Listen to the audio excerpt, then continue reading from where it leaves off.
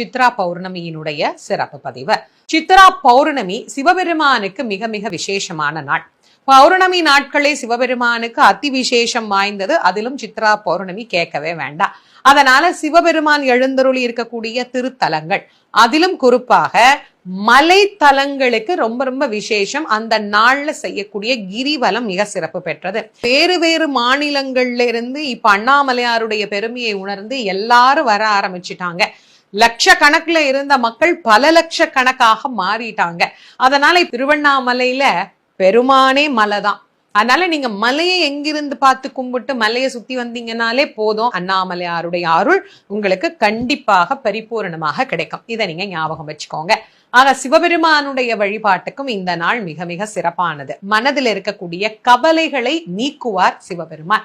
ஏன்னா சந்திர மௌலீஸ்வரர்னு சுவாமிக்கு ஒரு பேர் இருக்கு.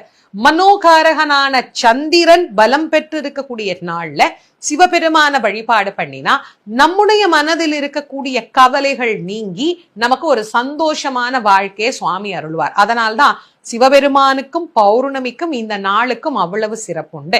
மனதில் இருக்கக்கூடிய சஞ்சலம், கவலை எல்லாத்துக்கும் காரணம் சந்திரன் தான். அந்த மனோகாரகனான சந்திரனுக்கே வாழ்வழித்தவர் சிவபெருமான் தானே. அந்த சிவபெருமான இந்த நாள்ல கும்பிட்டோம்னா உங்களுக்கும் எவ்வளவு கவலை இருக்கும், எவ்வளவு மன கவலை தான்.